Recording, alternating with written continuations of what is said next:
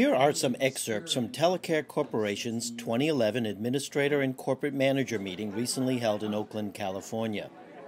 Faith Ritchie, Telecare's Director of National Marketing, talks about the impact of new healthcare legislation on the Telecare Corporation. But basically, roughly 32 million more people will have health insurance of some form, and with it, they will have a behavioral health benefit. So that's a big deal, right? I mean, and people mentioned earlier parity, right? We had the Wellstone-Domenici federal law around parity a few years ago. Health reform made note of that earlier legislation. They made sure that these new 32 million would also come under parity. So the Medicaid expansion population and this insurance population, the mental health, behavioral health benefit has to have equity with the physical health benefit. So this is a lot of money coming into behavioral health.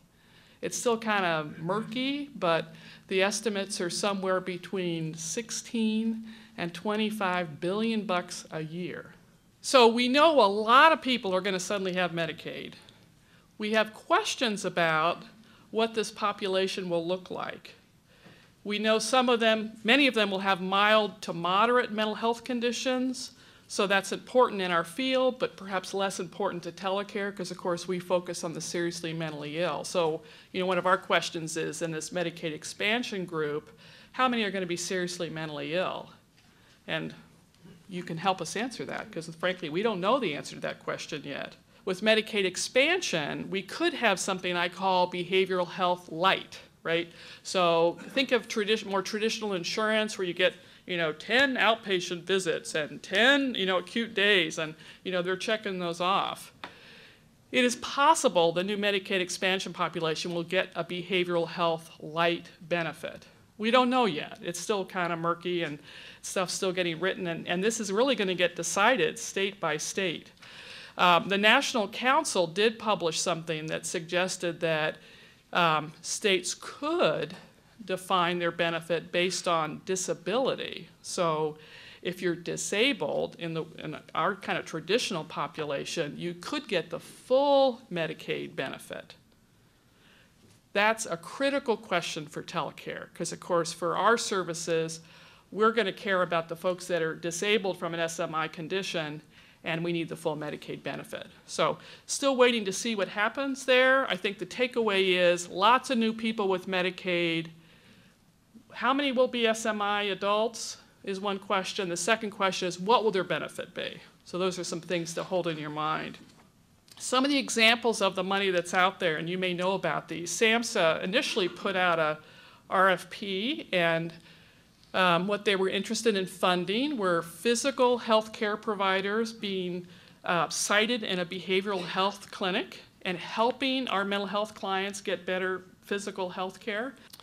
And then there's a bunch of money for this concept of medical homes. And the terminology, frankly, that we prefer in mental health is person-centered healthcare homes.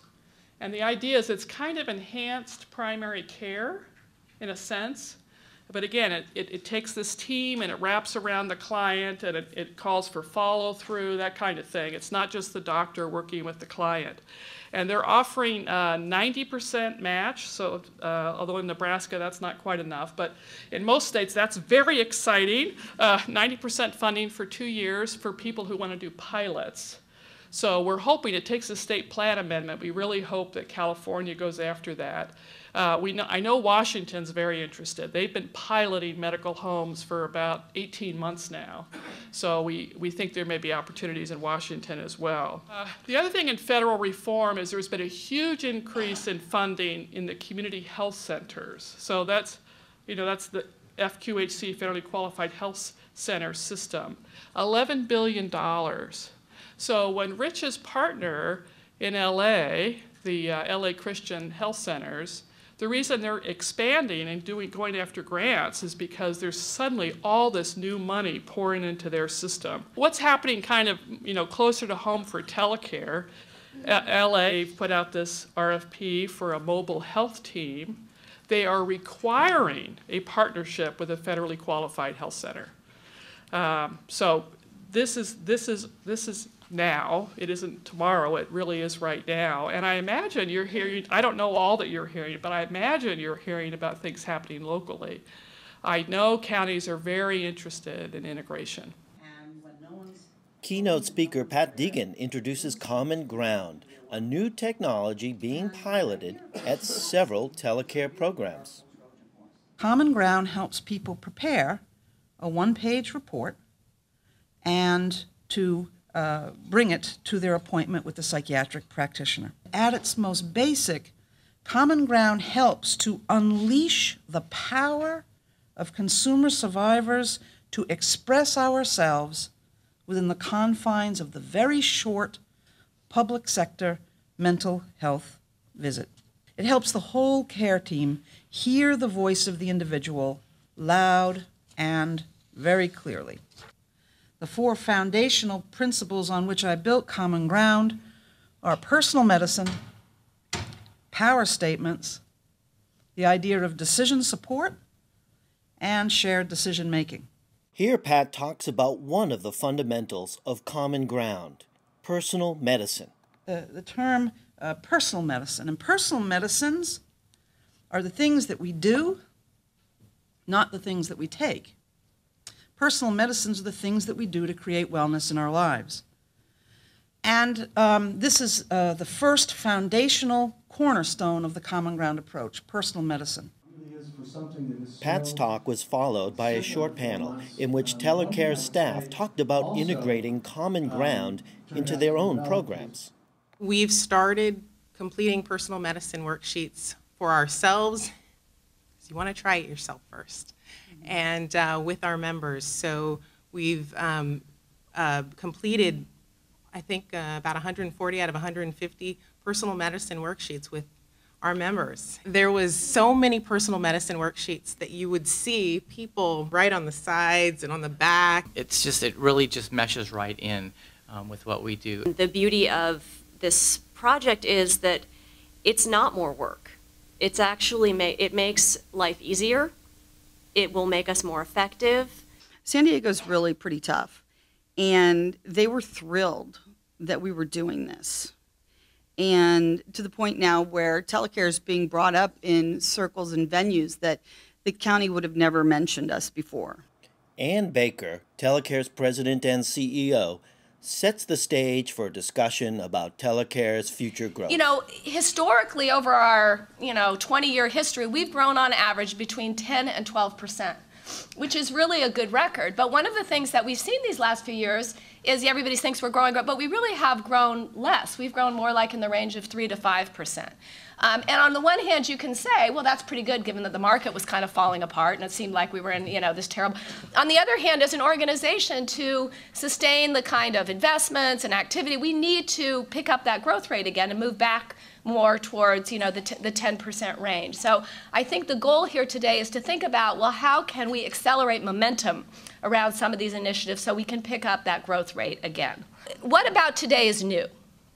And one of the things I wanted to stress is there's not a lot about today that is not new. The initiatives that we're going to be talking about, securing our base business with public mental health agencies, expanding into new states, expanding within the states we're in, and expanding to new customers, is all stuff that you should be familiar with. It's been a priority for the last few years. What we're mainly trying to do is look at the initiatives around it and how we can build momentum around those initiatives. How can we accelerate what we're doing in this areas to achieve greater growth? In a pre-recorded video, Joan Mizell shared a historical perspective on Telecare's strategic planning process and outlined Telecare's priorities for the immediate years to come. Particularly during times of change and challenge, it can help the organization be a bit more proactive in charting its future directions. Telecare has undertaken 2 such efforts in the last 15 years. Each time, there was a specific challenge that faced the organization and framed the planning process. The healthcare environment today holds both new opportunities and a great deal of uncertainty. Priority 1 is to maintain our revenue from California public health mental health agencies. Priority 2 is to leverage our market position in other states in which we already have a presence. Priority 3 is to grow by entering new states. And priority 4 is to continue the diversification with new customers, with new kinds of products and services. And a new priority 5 is to carefully track new opportunities which result from the new federal law and its implementation in various states and localities. Here are a few excerpts from Telecare CFO Marshall Langfeld's discussion of corporate financial forecasts and one of the targets to maintain and grow our business. So again, we're expecting smaller growth from our sort of core customer, that California Public Mental Health Agency, typically a county, and larger growth from the other areas.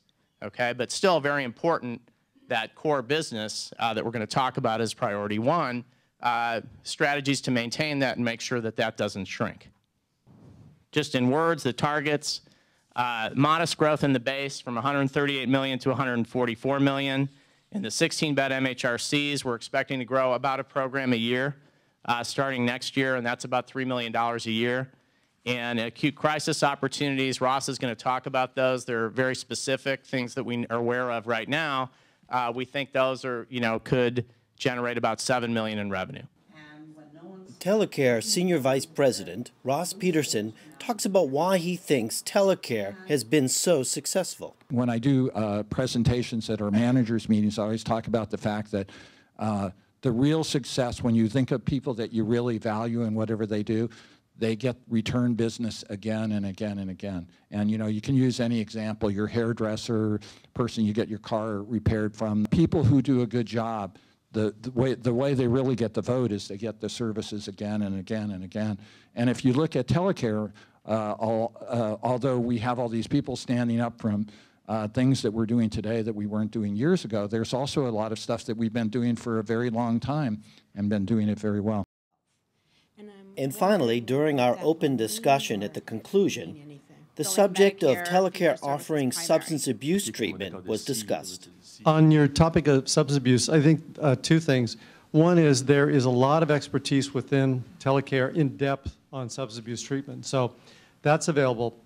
And clearly the federal government through CSAT is mandating patient recovery and patient recovery plans in the substance abuse field. So I think that the RCCS and CSATs and the federal government's view of recovery is very compatible. I know one of the challenges, or one of the things Telecare has looked at all through the years, is what is our primary mission and how diluted are we going to want to get it. We were looking at doing crisis residential for DD, and it was really difficult to ascertain whether or not there was a primary mental illness, and the decision was, we're a mental health company, and we're not going to take this route because it really is too far off our mission. And I remember initially, because I have a great passion for the DD population, being unhappy about that decision, but ultimately seeing that kind of discipline is really a wonderful strength that Telecare has.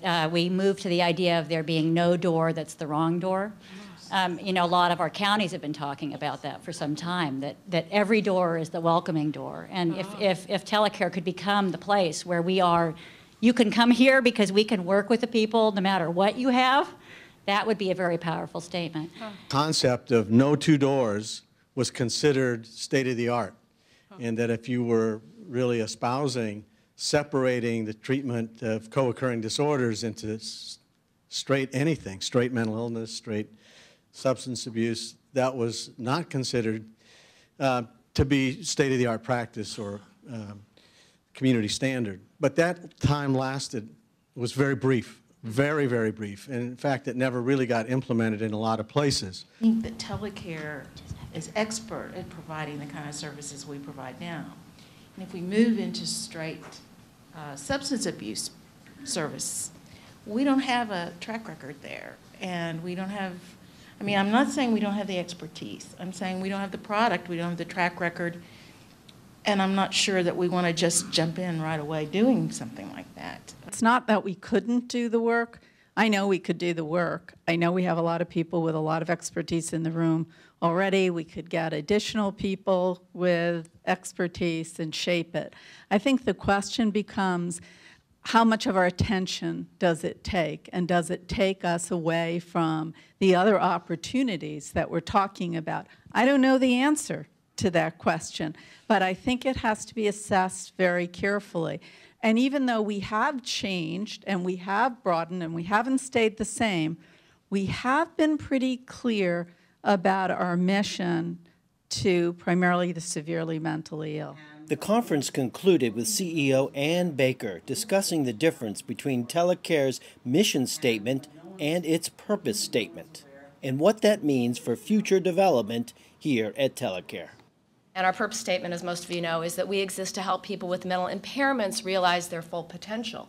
And I remember we had this very long statement about whether we should use the word impairments or mental illness, and we decided to leave it impairments. And then about 10 years later, we developed our mission statement, which, you know, the purpose is forever, ever, ever, and our mission statement is goal-oriented. And we still use that mission statement, which is deliver and manage excellent services and systems of care for persons with serious mental illness. And so the focus has been for persons with serious mental illness, and our purpose statement has been broader. So this is kind of a structural, philosophical question that's at our core, if you think about it, because our mission statement, our purpose statement is broader, and our mission statement really has been focused on SMI. So I think that, you know, the dialogue has really been fascinating. We just need to think about how we use ourselves and what we really focus on. And if we can't just add one or two at the end. We really have to think about, you know, what can we really do as an organization in our focus? For more information or PowerPoint slides from this conference, feel free to contact us here at Telecare Corporation.